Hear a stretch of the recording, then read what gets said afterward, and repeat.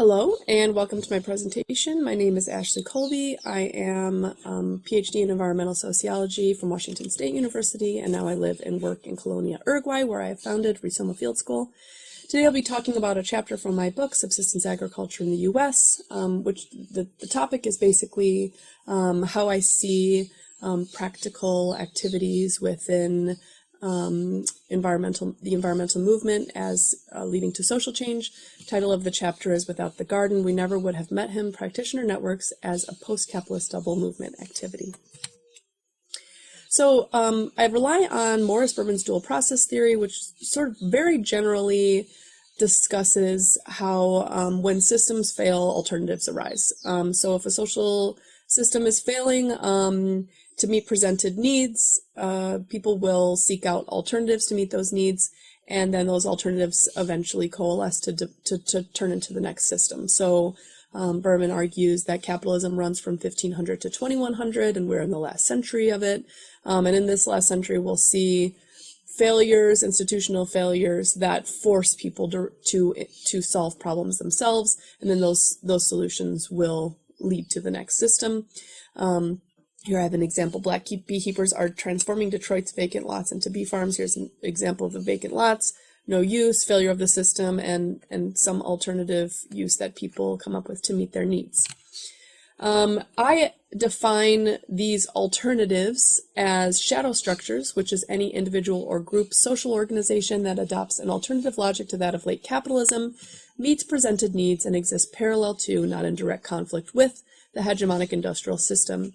And I want to hammer this point home that this is not an explicitly political structure. It's not political in nature when it starts, and it is specifically developing as a very practical activity meant to meet needs as the system fails to meet those needs. I think a lot of times we think of social change only in this political realm, or only in terms of protest or those kinds of activities, and it's very explicitly not meant to bring down the system, but exists parallel to the system. The specific shadow structure I discuss in my book is subsistence food production, which I define as more than 50% of food needs in and around Chicago. I talk to urban, rural, and suburban people, but I argue at the end of this presentation that we can look at much more than subsistence food production. There's plenty of activities where this theory applies. I also rely on Eric Olin Wright's Interstitial Transformation theory, which he talks about the creative processes that get developed in the cracks and spaces of the dominant system of power. And he goes into a little bit more detail than Berman, so there's a sort of cycle of extension and social empowerment and stagnation, and successive limits are encountered and eroded. So the basic idea here is that these alternatives come about, then there's pushback from the hegemonic system, and then new creative workarounds happen, and it's this sort of ebb and flow process. It's not linear. I don't think I need to argue here that there are failures of the economic system, including the coronavirus. Protests described here as blowing politicians' mind by slowly explaining that when people can't afford to live, they get mad, which is a simple explanation for, there's sort of seething anger at the failure of institutions and the failure to meet presented needs. Crisis of healthcare, crisis of unemployment, crisis of food distribution systems, to name a few. David Harvey's talked about how the crises of capitalism are baked into the system, insofar that as people, the larger population, upward transfer of wealth, the larger population doesn't have enough money to buy consumer goods, which then is the death knell for capitalism as it stops the economy from growing. And specifically related to industrial agriculture, here is an example of a graph. If you see corn, soybeans, and wheat, starting around the year 2013 or so, literally are negative yield, economic yield per acre. So they are only propped up by subsidies, and there are many different reasons that the industrial agriculture system cannot continue to exist, but this is one of the most glaring. The other, of course, is soil health and many others.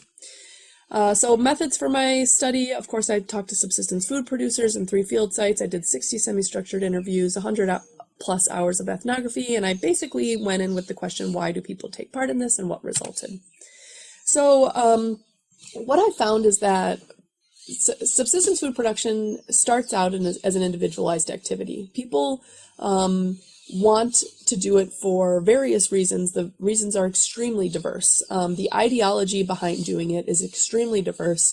The activity itself is quite homogenous. People get a similar thing out of it, but they go into it for many different reasons, including distrust of the government, distrust of corporations, just a generalized feeling of alienation, and crisis and risk. But what happens is this individualized activity necessarily requires requires practitioners to reach out to others for help, and this is quite different from sustainable consumption, like buying organic food, which can stay as an individualized activity.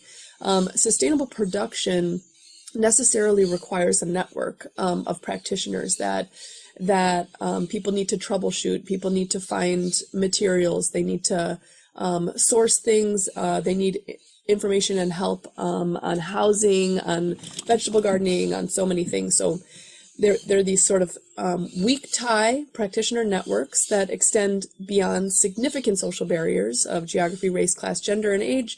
But more importantly, I would say that these practitioners connect despite their varying identities. So you can have sort of libertarian, NRA, conservative, connecting with sort of hardcore, progressive, city person, and they don't really have to talk about that identity or attitudinal or ideology. They can go straight to, pests on the chickens or sourcing feed.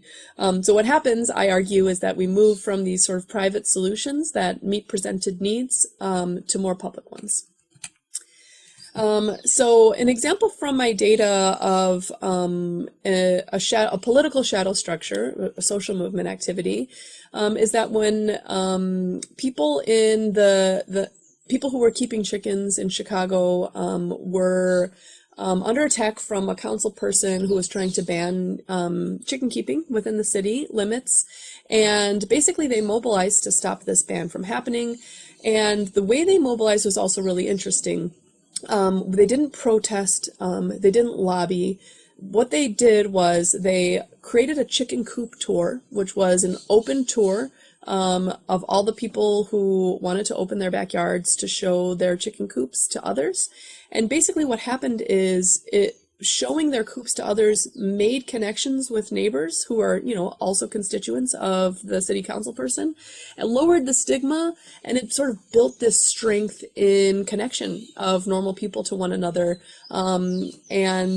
Another political activity they did to stop this ban from happening is they provided resources across their network on other cities' policies, and sharing that information horizontally armed the group to combat this attack, and eventually they were successful. I also argue that there are sort of economic shadow structures or alternative economic arrangements. Practitioners shared animal manure in exchange for vegetables, or too many animals produced in a city lot in a relationship with somebody with rural plot of land, sort of exchanging animals and animal products, sharing information, seeds, plans, chicken coops, animals, food products. And the more time I spend here in Uruguay, the more I realize that there are so many alternative economic arrangements that are just not measured. And I think if we're trying to think about social change in relation to food or to other economic arrangements beyond food, we have to keep in mind that there are these alternative economic arrangements that are not being measured, that can be very powerful and very positive. So the takeaway from the study, I would argue, is that practitioner networks allow for inclusive social movements. So there's not this ideological barrier. They can be mobilized to create new political, economic, and social structures, which I call shadow structures. And people rely on these new structures as the larger capitalist system fails. If they can't, if there's no food in the store, for example, people have these alternative economic arrangements. They know who has chickens and who has compost and who has a garden and who has eggs and who has things to share.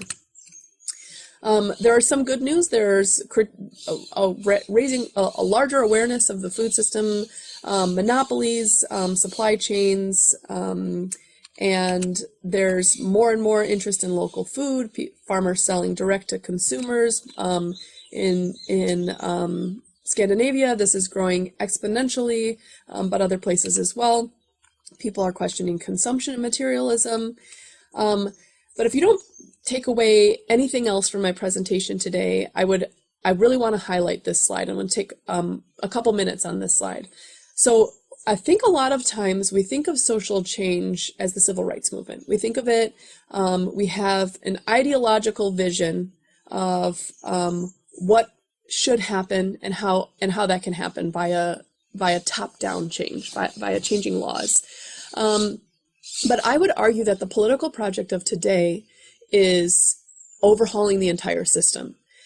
In trying to imagine an overhaul of the entire system, we get into an imaginary space that's almost impossible, even for people who are like complex systems theorists, because it's very hard to hold in your head at the same time all of the different parameters of change and how those might play out in the real world and all the cascading consequences of this. So I would also argue that staying in this imaginary space, trying to imagine the next world and then implementing it, it's really just impractical, because any imagination that you would come up with for an alternative system isn't field tested. And so trying to imagine the perfect system first before trying to enact, to me seems